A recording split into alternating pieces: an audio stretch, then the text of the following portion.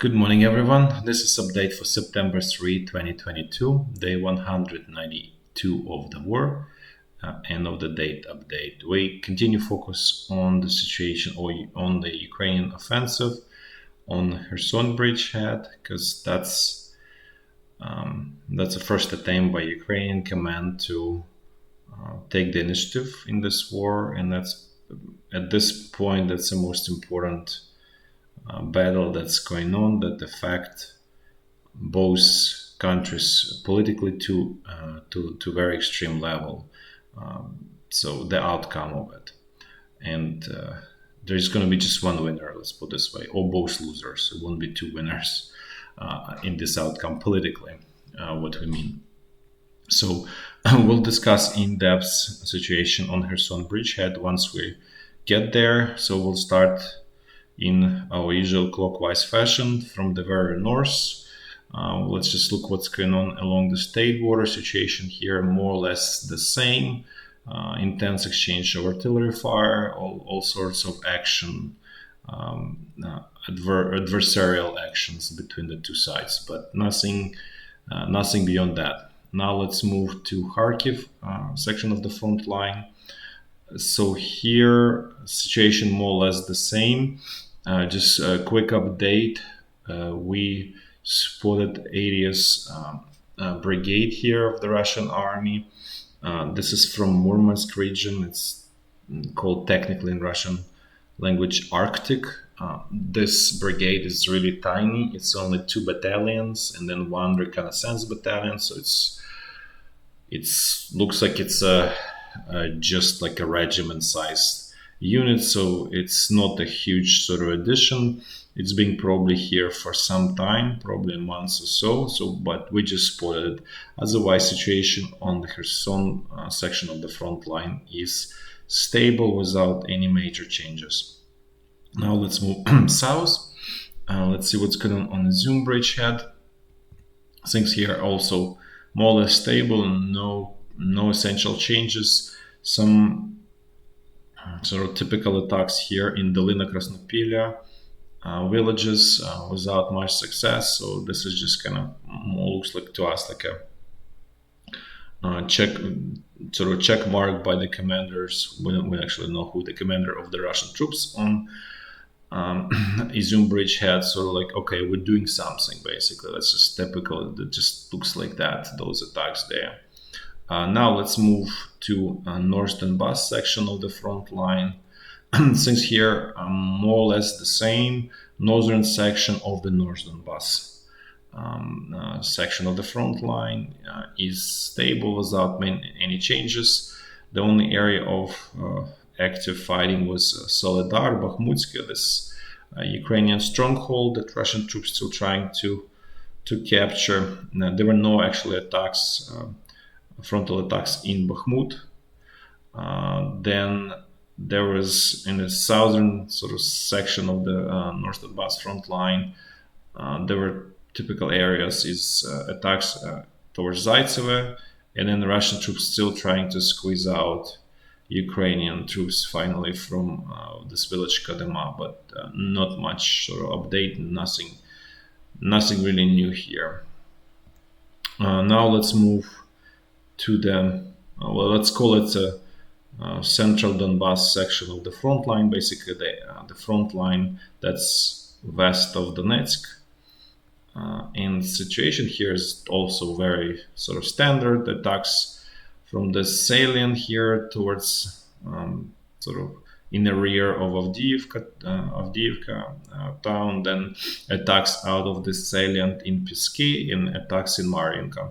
The only other sort of update we have, it looks like Russian command moved 42nd Division here to Mariinka area. So that's partially explains why we've seen such a quiet situation on the Zaporizhia front line. We'll once we get there, we'll explain. But essentially nothing new here. Slow grind here. Tiny progress by Russian troops here in like straight west of Pisky. Beyond that, here there's not even much of the progress anywhere. But let's just quickly refresh ourselves. So there's some Russian progress along this road. Beyond that, everything is more or less stable in this area. Now let's actually quickly look at Zaporizhzhia section of the front line. So 42nd Division used to be here with the 19th Division and was part of this wedge that's being built, but now it has been moved to this central Donbas front line and specifically Marinka area. So now it's all of this huge stretch is being basically manned by the 19th Division, as far as you know. So for this reason, chances of any kind of major action here are close to zero, which we've seen the same situation since end of April, I guess. The only active sort of area is this sort of crossover location, which is like Uhledar to Velika Novosilka, where, as you can see, Russian command brought 2 naval infantry brigades that are spearhead of some sporadic attacks that we see here. There was again attack at Novosilka from the western direction without much success there.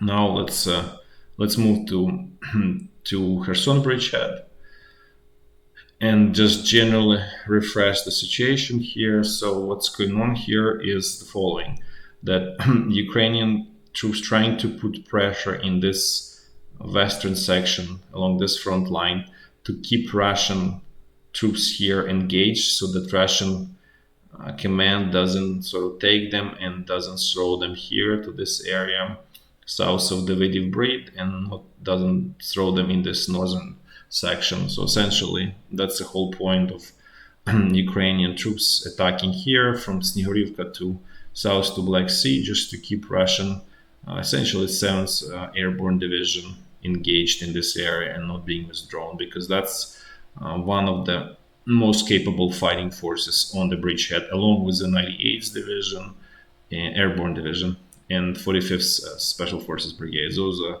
basically backbone of Russian defensive troops here. The rest of the troops are relatively low quality. So this is what's going on here. Then this sort of area south of the Davidiv Brid and north of Snihurivka, Ukrainian troops essentially, what they're doing, they were stalled. So there's not much progress in either sort of straight eastern direction or southern or southeastern, or even it was kind of like southwestern direction here. So they all kind of blocked at this point by Russian troops, and more so by actually combined attacks, by mostly air attacks actually. One of the important component here. So what's going on? Ukrainian command is trying to increase the bridgehead and make it much more stable. I mean, actually, kind of, this is just the first day of this attack south of the Davidiv Brid near Andriyivka. Just quickly go through. So this is the second day. Ukrainian troops were pushed out of Bruskinsky and they pivoted to south to Kostromka. Now they moved then on the third day to Shaslive. Then they captured Bezimenne, basically, right? So this is, nothing has changed essentially. The only thing that we have unconfirmed information is that Ukrainian troops managed to capture the Blagodativka, sorry. Also an unclear situation around this Novogradneve. Basically, what's happening here is Ukrainian command trying to make, let's say, rock solid bridgehead on the eastern side of Inhulets River, so it cannot be easily destroyed, and it's much harder to attack the pontoon bridges across the Inhulets River, essentially. So, and from what we're understanding, they're also bringing like granite gravel and all of that, and trying to kind of like create sort of I guess kind of like ad hoc bridge that doesn't rely as much on a pontoon, but basically the troops can get on the other side because there's basically that granite gravel in the water, and So they basically, it becomes kind of like fordable, turn some areas of the river into fordable areas. So this is what's going on here right now. What the situation up in the north here, we don't have really any new updates, so we assume things are more or less the same. This we're talking about this Olgine Vysokopilya, and then also Khrashchenivka here, this area. So this is what's been going on here. Essentially, this brigade was trapped here, and the 98th Airborne Division was not able to break through so far. So unclear situation here. Then at the same time, it looks like Ukrainian troops managed to break through here and advance south to Khrashchenivka. We don't have any new updates on whether they managed to move any further. But the whole point of all of this, let's just go back. So once you see like some more tactical advances, the point is that essentially this offensive more or less like were stalled by Russian troops. It's not stopped. That's a clear difference. It was stalled. It's grinding very slowly, and Ukrainian command decided to take. It looks to us, that's just assessment. What they decided to do, first of all, the bridges were at this point completely destroyed across Dnipro River. So this Antonivsky Bridge, then there's railroad bridge, and then this tiny bridge across near the dam on the bypass channel, also destroyed at this point. There are shots from the satellite shots, space satellite shots, so we can clearly see that's confirmed. So what Russian troops are doing, they have ferries, but ferries, obviously, as we discussed many times, they're not the same capacity, and they've been actively targeted by Ukrainian troops, specifically HIMARS systems. So they also been hit, but it still somewhat works. So that's the only reason Russian defenses are still somewhat working, even though they completely stressed. But they still sort of have supplies and everything at this point. Not in a large number, but it's not like oxygen was cut off completely. So there is small sort of flow of oxygen. Nevertheless, it allows Russian troops to still hold on. And given that the Ukrainian troops don't know how to actually attack properly, this is pretty primitive way of attacking. Even almost want to say it's a peasant's army trying to attack. But nevertheless, that's even that sort of weak, unskilled troops, they still putting Russian defenses on edge here. And so Ukrainian command realizes all of these limitations, and what they decided to do, they destroyed it more or less Russian airborne anti-air defense systems here on the bridgehead, and also on the eastern side of Dnipro River and nearby. So that opens up sky for Bayraktar systems, Bayraktar UAV. Sorry, well you could say it's system. It's definitely a system, and those Bayraktars, they are basically picking up one by one Russian heavy artillery that's still is available in this. So mostly they targeting 152 millimeter self-propelled howitzers or any like heavy large caliber artillery, or even mortars, those multiple launch rocket systems and so on, and even tanks. So basically the idea is, okay, Russian troops still putting up strong enough defenses still, even there are some penetration and so on, and there are problems with resupply. So why don't we just kind of slow down and slowly destroy this important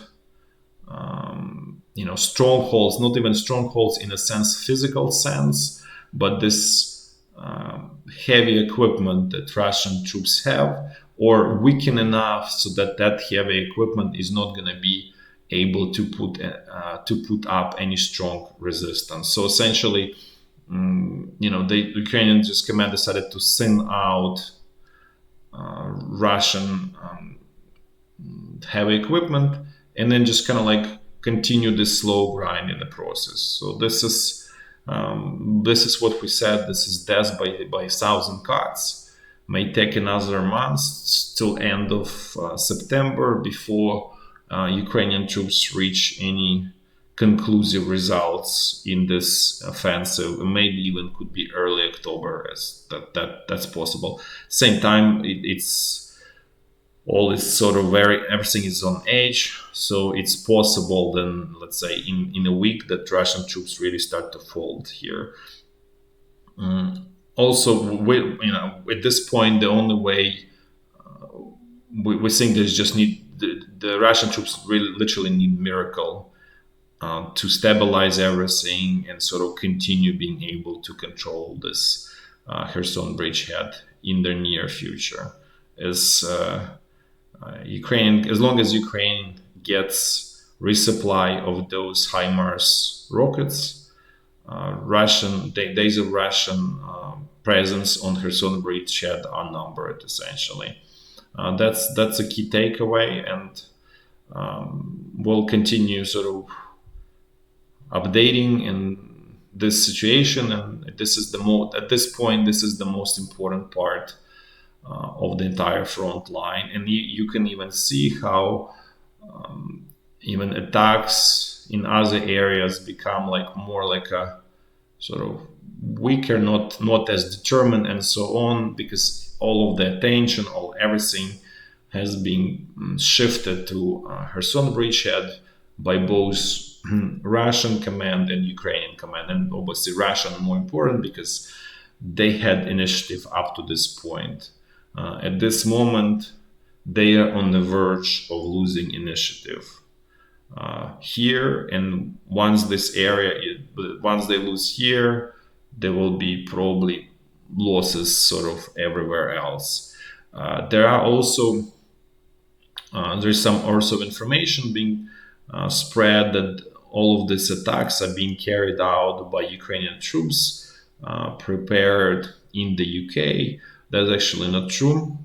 Those 10,000 soldiers, or specifically infantry soldiers, are still going through the training. They started, I think, end of June, maybe early July, and it's about 90-day training. So they're gonna be on the battlefield either end of September or early October. So there are some specialized crews that were prepared so far in the US, in Germany, in the UK, all over.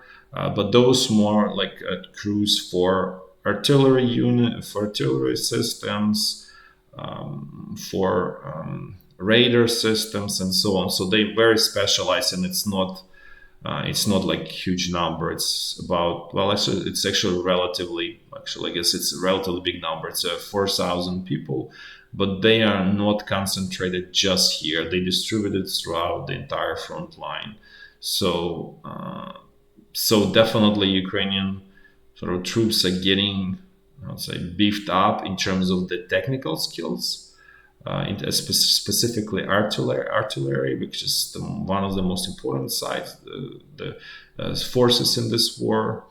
But at the same time, this is all stretched around the entire front line, and the infantry still remains, let's call it Soviet trained at this point. So there's not those units that were sent to the UK.